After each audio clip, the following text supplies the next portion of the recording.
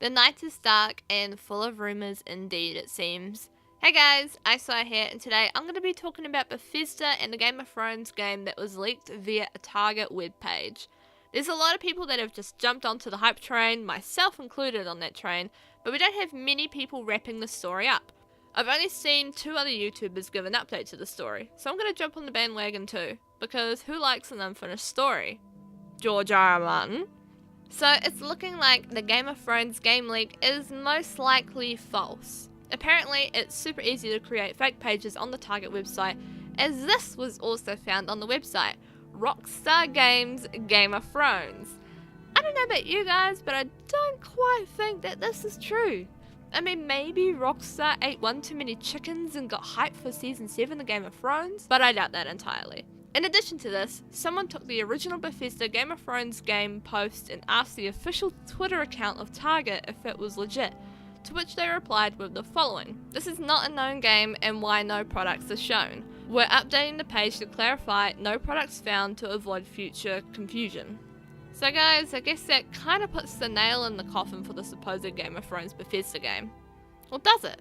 Before its initial release, Shadow of War was also leaked on Target, and hey, that turned out to be not fake at all. And then there is the leaked information by an individual only known as Sailard, an insider at Bethesda Studios, who states that a Game of Thrones video game is in the works. Now, as you can see from the screenshot, the text is super duper tiny, so I'll read it out and put some scrolling text to make it easier. So it starts off with them saying who they are and what's going to be happening for the future of E3 2017, which has been and gone, and these were their predictions. There'll be a few announcements at E3. One is a new major title from Bethesda themselves, and that the 2 major announcements are going to be Fallout VR and Starfield. They're working on Skyrim VR as well, but they aren't sure if they're going to show it yet since they don't want to take the light away from Fallout VR or Starfield. Onto Starfield, the game has actually been in conceptual stages since around Fallout 3's release.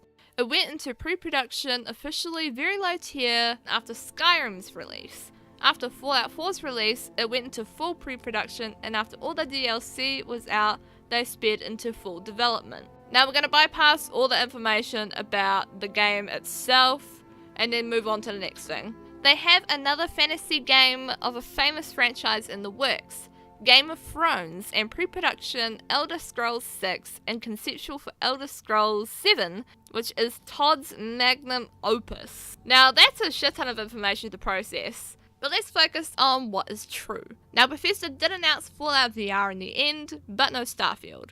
Why does any of this matter when it comes to Game of Thrones? Well, hold on to your butts and grab your tinfoil hats. There was a leak that Starfield was going to be shown at E3 2017, but ultimately it wasn't.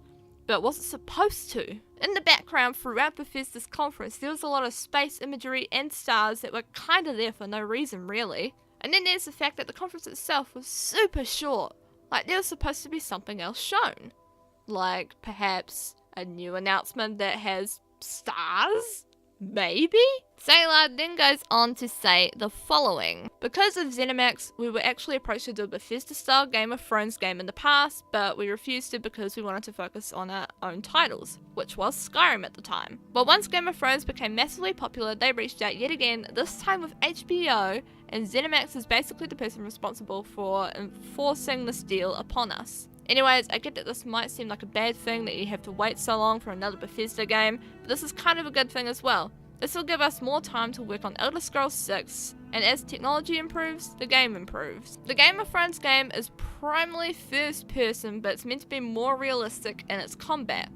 Think Mountain and Blade 2 or Chivalry Medieval Warfare, but more responsible and fun. It's going to also feature the darkest themes in a Bethesda game. It is a very serious game. It's a lot less lighthearted than some of our other games maybe. And finally, Starfield is in alpha beta stages, it's coming out this year. Game of Thrones project is still in full pre-production, and after all the DLC gets released for Starfield, it's going to go into full development. Elder Scrolls 6 is in pre-production but is being focused on less because Starfield and Game of Thrones are the next games. Now this kind of sounds like a bunch of gibberish. Even I had a bit of time trying to wrap my head around this exact explanation. But from the looks of this, it seems like to confirm whether or not this Game of Thrones game is real we have to keep an eye on what happens with Starfield. If Starfield does come out this year, then that may be telling of just how credible this guy's information is. And now I pass the question off to you guys. What do you think of all this? Let me know your thoughts down in the comments below, and if any more news ever pops up about this possible Game of Thrones game and Starfield, I'll definitely be covering it. If you like this, be sure to hit the like button and or subscribe if you are new and you happen to like what I do. Do consider supporting my Patreon as it fuels the growth of my content's quality and the variety of said content. And as always, it is Icewire signing off, and I'll see you introverts all later next time on the channel. Have a lovely day /night wherever you are in the world. Bye!